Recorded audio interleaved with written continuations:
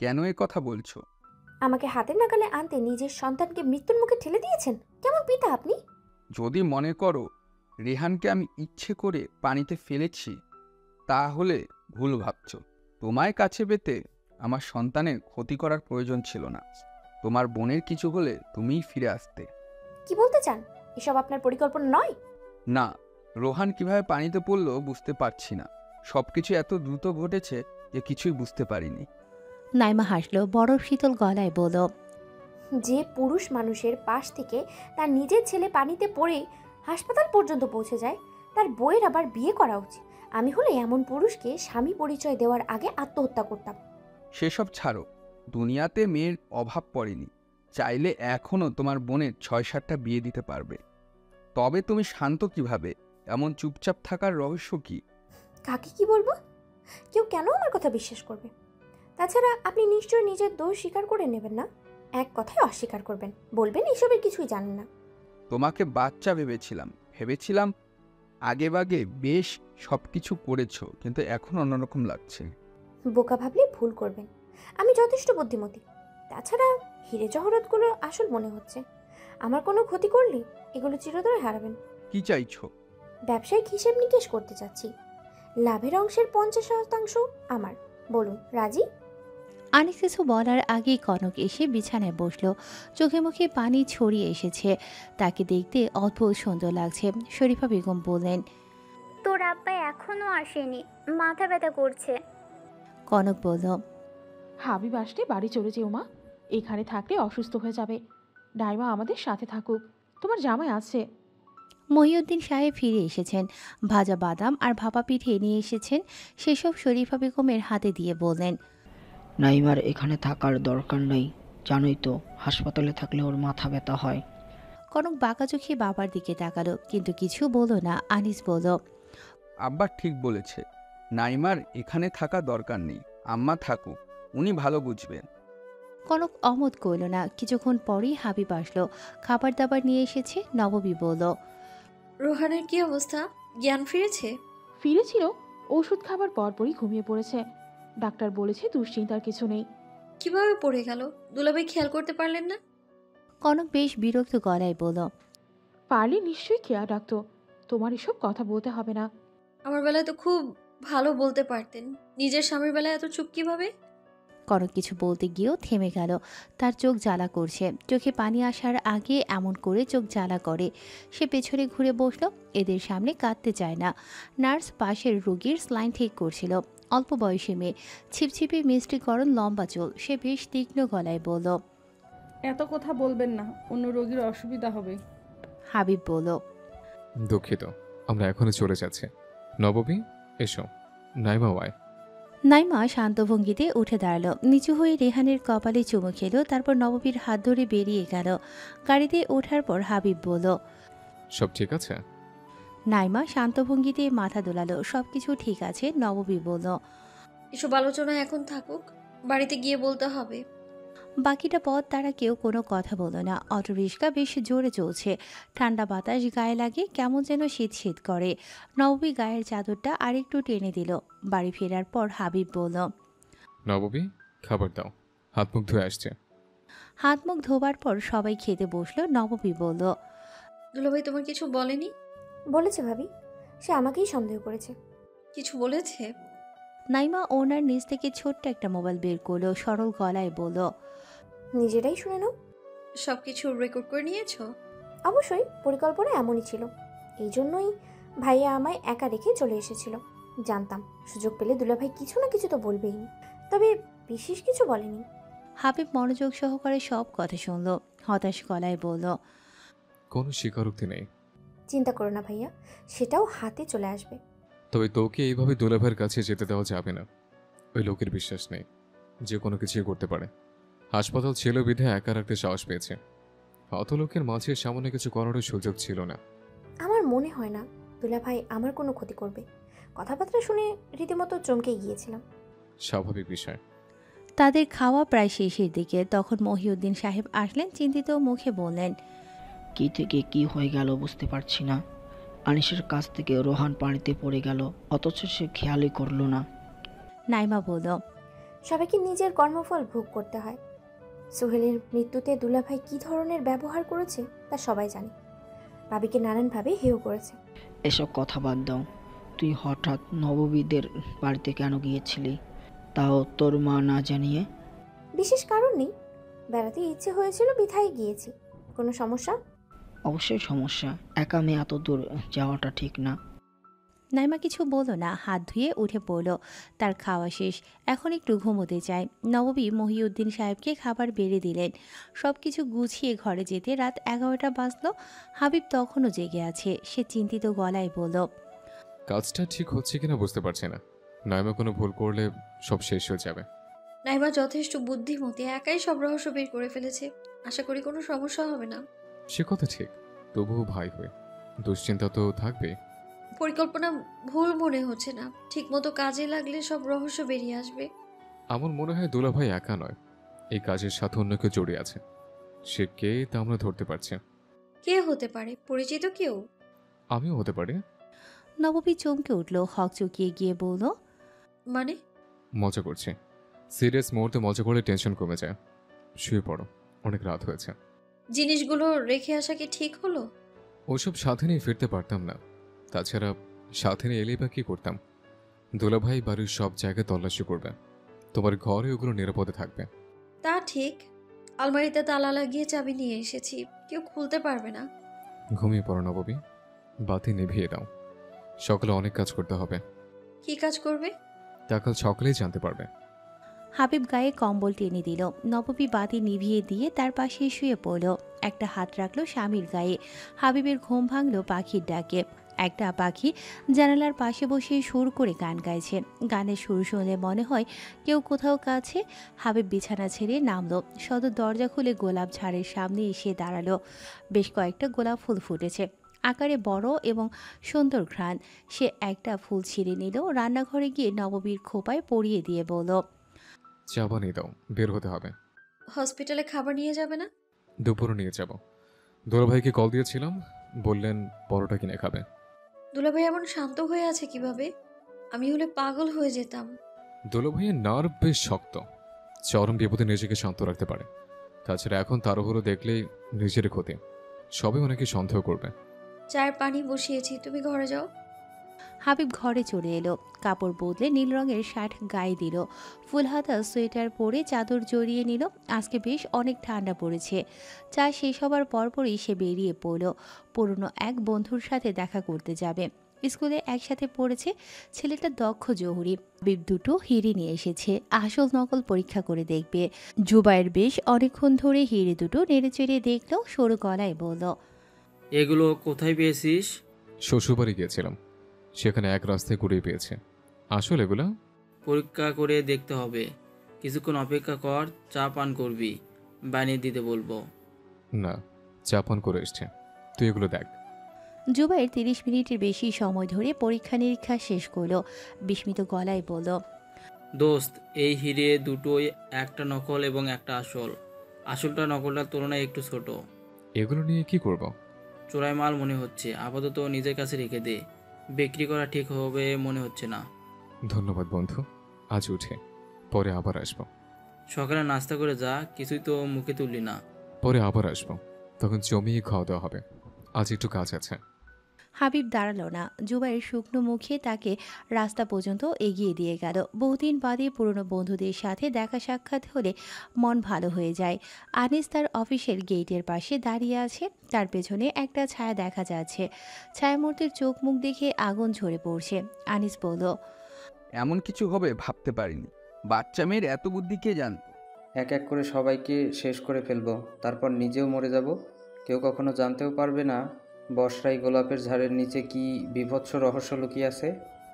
আনিসের চোখ মুখ ফ্যাকাশে হয়ে গেছে, মস্তিষ্ক কাজ করা বন্ধ করে দিয়েছে। এরপর ঠিক কি হবে?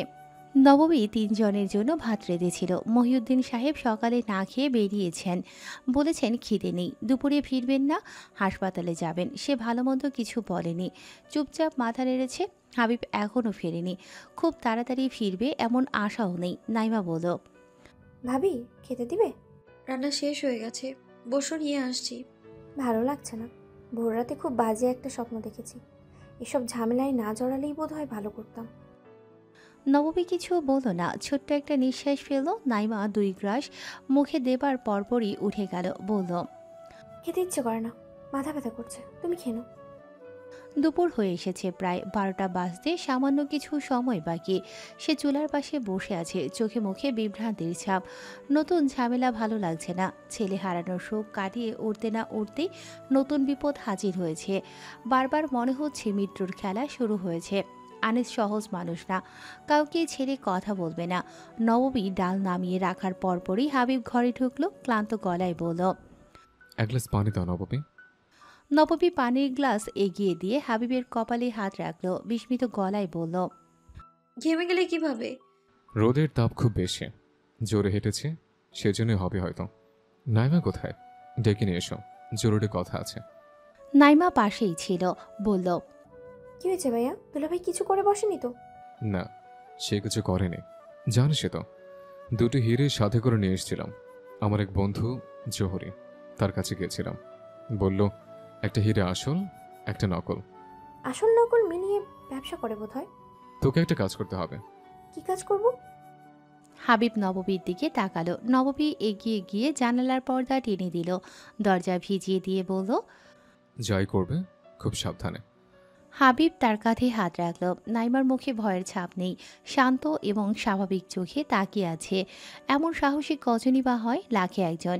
রেহানের জ্ঞান ফিরেছে, দেয়ালের সাথে হেলান দিয়ে বসে আছে।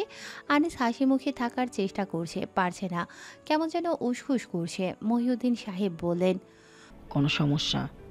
আনিস মেকি হাসি হাসলো, সরু গলায় বলল, রোহানের জন্য চিন্তা হচ্ছে।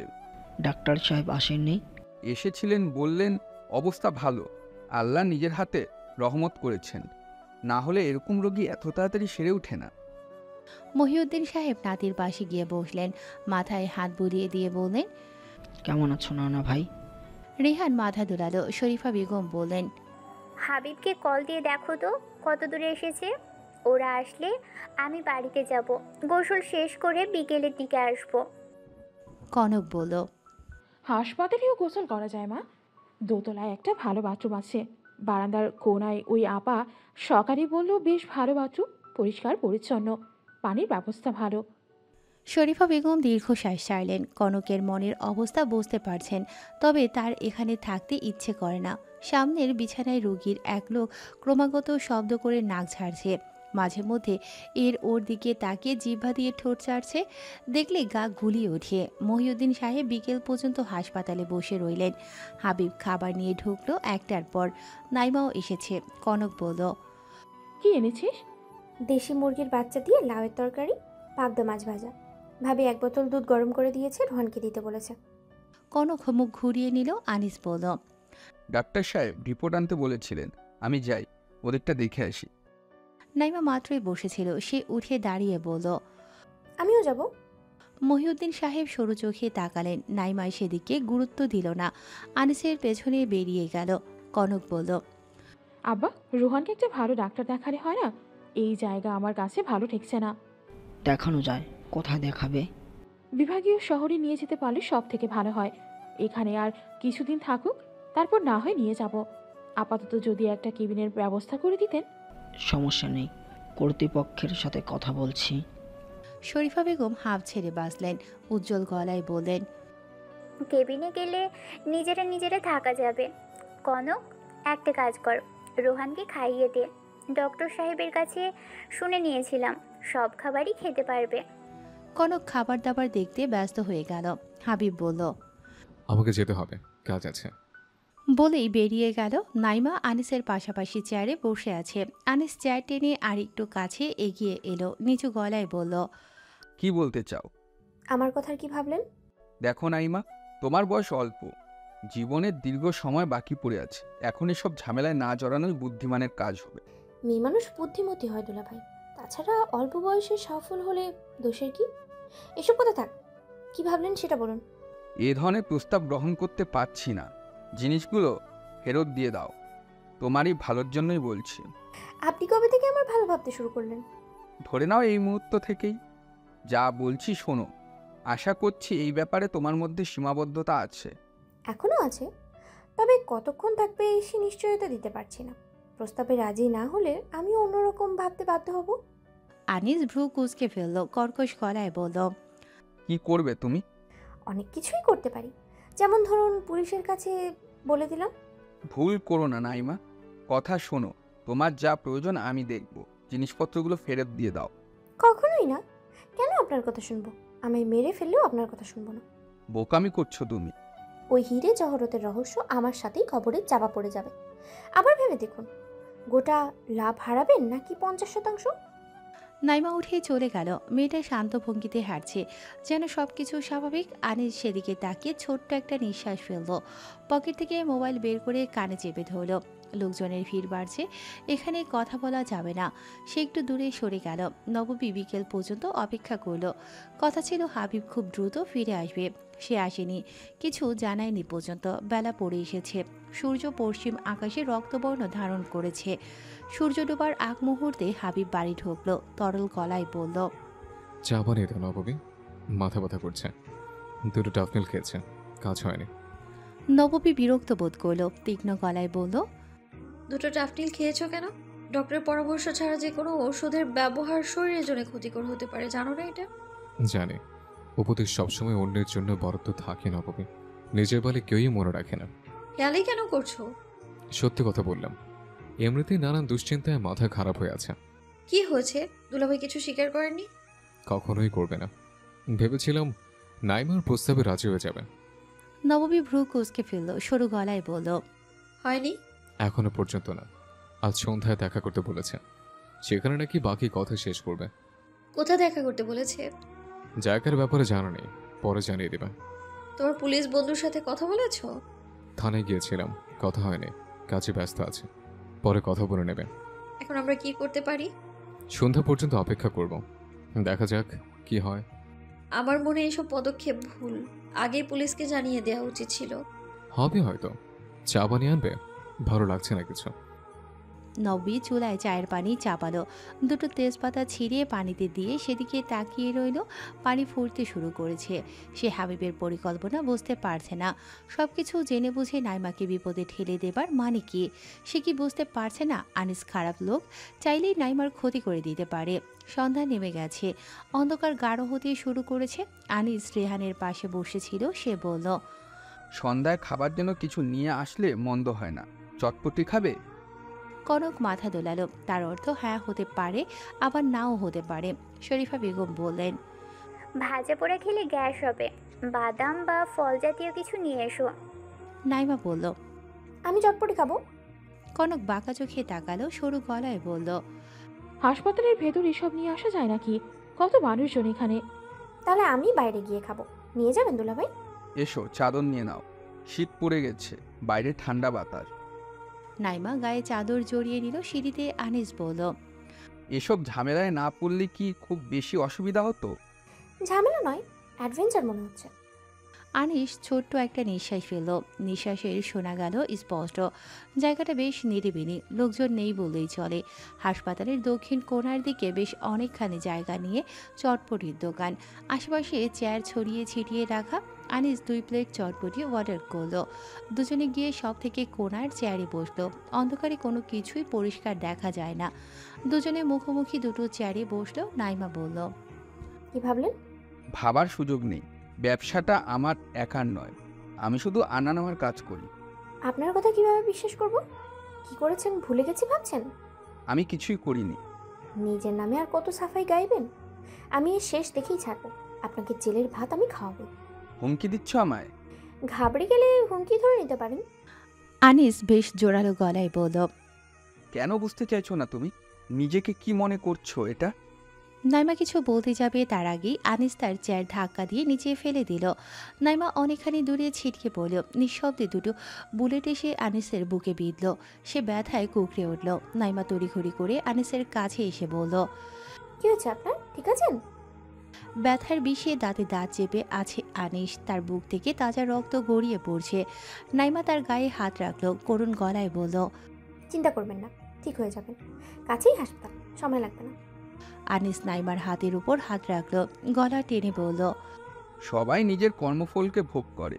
জীবনে অনেক খারাপ কাজ করেছি, এটা তার ফল। শেষ মুহূর্তে না হয় একটা ভালো কাজ করেই গেলাম। এসব কি বলছেন? কি ভালো কাজ? বুলেট দুটো তোমার জন্য বরাদ্দ ছিল, আমিও মরতাম, তবে সবার শেষে। কে এসব করেছে? কেন করেছে? আমার হাতে খুব অল্প সময় আছে, সব ঘটনা বর্ণনা করা সম্ভব নয়। কিছু একটা তো বলেন। আনিস এক পলক দূরে তাকিয়ে দেখল এক ঝাঁক মানুষ দৌড়ে আসে, পতঙ্গের মতো ছুটছে যেন। আগুনের আকর্ষণ তাদের টেনে নিয়ে আসে। হাবিব আনিসের গায়ে হাত রাখলো, ব্যস্ত গলায় বলল, এখনো বসে আছিস কেন? হাসপাতালে নিয়ে চলো। এতক্ষণে নাইমার হুঁশ ফিরল। আলোর গতিতে ছুটে গিয়ে সবাইকে ডাকতে লাগলো। 3 জন লোক আনিসকে ধরে নিয়ে যাচ্ছে। আবছা আলোয় স্পষ্ট বোঝা যায় তার বুক চুইয়ে রক্ত ঝরছে। হাবিব নাইমার কাঁধে হাত রাখলো, বলল, তুই ঠিক আছিস? নাইমা কথা বলতে পারছে না, ভয়ে তার হাত পা অবশ হয়ে গেছে, ঠোঁট কাঁপছে ক্রমাগত। আনিসকে মেঝেতে শুইয়ে রাখা হয়েছে। ডাক্তার সাহেব বললেন, পুলিশ না আসলে এই রোগীর গায়ে হাত দেওয়া যাবে না। কেউ থানায় কল দাও, দ্রুত আসতে বলো। অক্সিজেন নিয়ে এসো, শ্বাস নিতে পারছে না। মধ্যবয়সী একজন নার্স ছুটে গেলেন। তিনি কারো নাম ধরে ডাকছেন। আনিস হাতের ইশারায় নাইমাকে কাছে ডাকলো। নাইমা নিচু হতেই ফিসফিসিয়ে বলল, সবুজ রঙের একটা ডায়েরি আছে, আমার বাড়িতেই রাখা। আনিস কথা শেষ করতে পারল না, আচ্ছন্ন হয়ে পড়ে রইল। হাসপাতালে সবার কানে খবর ছড়িয়ে পড়েছে। এমন খবর বাতাসের আগে ছড়িয়ে পড়ে। কনক ছেলেকে ফেলে ছুটে এসে আনিসের পায়ের কাছে বসে পড়ল, গলা ছেড়ে কাঁদতে কাঁদতে বলল, কে আমার এমন ক্ষতি করলো? ইয়া আল্লাহ, কে করলো? নাইমা বোন, তুই তো সাথে ছিলি, দেখিসনি কে করেছে? নাইমা হাবিবের গায়ের সাথে লেপ্টে আছে, হাত পা কাঁপছে। সে মাথা দোলালো এবং প্রায়ই সাথে সাথে অজ্ঞান হয়ে ঢলে পড়ল। মেঝেতে পড়েনি, হাবিব ধরে ফেলেছে। দারোগা সাহেব আসতে বেশি দেরি করলেন, তবে তিনি আগেই জানিয়ে দিয়েছেন চিকিৎসা শুরু করো, যেন বেঁচে থাকে। মহিউদ্দিন সাহেব বারান্দার এক কোণে বসে আছেন, তার মাথায় সূক্ষ্ম যন্ত্রণা হচ্ছে। নিজের হাতে কপাল চেপে ধরে আছেন। শরীফা বেগম বললেন, এসব কি শুরু হলো? একটার পর একটা বিপদ লেগেই আছে। মহিউদ্দিন সাহেব জবাব দিলেন না। শরীফা বেগম বললেন, দারোগা এসেছে, আপনার খোঁজ করছিল। এখন বলছো কেন? তিনি দাঁড়িয়ে পড়লেন, এলোমেলো পায়ে হেঁটে ডাক্তারের কেবিনে ঢুকলেন। দারোগার বয়স বেশি নয়, শক্ত সামর্থ্য চেহারার অল্প বয়সী যুবক।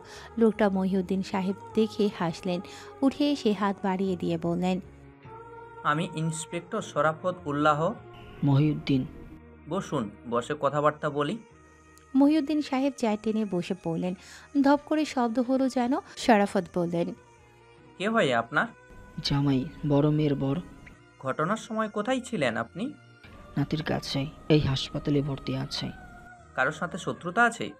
থাকলে জানা নেই, আমার জানা মতে আনিসের কোনো শত্রু নেই। আপনাদের পরিবারের সব সদস্যের সাথে কথা বলা হবে, সব কিছু তদন্ত হবে। সে হোক, আনিসের চিকিৎসা শুরু করা প্রয়োজন। চিকিৎসা চলছে, প্রয়োজনে বিভাগীয় শহর কিংবা রাজধানীতেও নেওয়া হবে। ডাক্তার সাহেব বলেছিল পুলিশ আসার আগে রোগীর গায়ে হাত দেওয়া যাবে না, এমন নিয়ম আছে কি?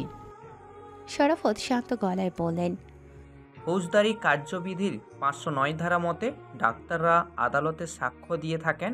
খুন ধর্ষণের মামলায় ডাক্তারি রিপোর্ট খুবই গুরুত্বপূর্ণ। মৃত্যুর কারণ কিংবা ধর্ষণ নিরূপণের জন্যই ডাক্তারি পরীক্ষার প্রয়োজন। ডাক্তারি রিপোর্টের পরও তাদের আদালতে সাক্ষী হিসেবেও তলব করা হয়ে থাকে। তার জন্য একজন মানুষের চিকিৎসা আটকে থাকবে। খুনের মামলায় তদন্তের জন্য শরীরের অবস্থা জানার খুব প্রয়োজন। তাছাড়া এই হসপিটালের বিরুদ্ধে প্রমাণ লোপাটের অভিযোগ আছে, সেই জন্যই কড়াকড়ি করা হয়েছে। আচ্ছা। মহিউদ্দিন সাহেব দীর্ঘশ্বাস ছাড়লেন। শরাফত বললেন, আমায় যেতে হবে, প্রয়োজনে আপনাদের সবাইকে থানায় ডাকা হবে। আপনার মেয়ের সাক্ষ্য খুব জরুরি। অজ্ঞান হয়ে পড়েছিল। সমস্যা নেই, সুস্থ হওয়ার পর কথা বলবো। নাইমার জ্ঞান ফিরেছে অনেকক্ষণ। ভ্রু কুঁচকে মেঝের দিকে তাকিয়ে আছে, মাথায় হালকা হালকা ব্যথা অনুভব হচ্ছে। হাবিব তার পাশে বসলো, সহজ গলায় বলল, এখন কেমন লাগছে? ঠিক লাগছে। কি হয়েছিল? দুলাভাইয়ের এই দশা কিভাবে হলো? জানি না, সব কিছু এত তাড়াতাড়ি হয়েছে যে কিছুই বুঝতে পারিনি। আশেপাশে কাউকে দেখেছিলে? কোনো মানুষ বা ছায়া? না ভাইয়া, দুলাভাই বারবার করে বলেছিল এসব ঝামেলায় না জড়াতে। আর কিছু বলেনি? না, আর কিছু বলেনি। গুলি লাগার পর হাসপাতাল ইশারা তোকে ডেকেছিল, কি বলেছে? নাইমা খানিকক্ষণ চুপ করে রইল, গলার স্বর অনেকখানি নিচু করে বলল, বলেছে এরপর আমার পালা, ওস্তাদ সবাইকে মেরে ফেলবে। হাবিব পকেট থেকে রুমাল বের করে কপালের ঘাম মুছল। এত সব ঝামেলায় তার শরীর খারাপ লাগছে। সে বলল, হাসপাতালে থাকতে চাস নাকি বাড়ি যাবে? এখানেই থাকবো। দারোগা সাহেব বলেছেন কি সব জিজ্ঞাসাবাদ করবেন। সাবধানে থাকবে। কেমন? বাড়িতে গিয়ে নবমীকে নিয়ে আসছে, ও তোর সাথে থাকবে।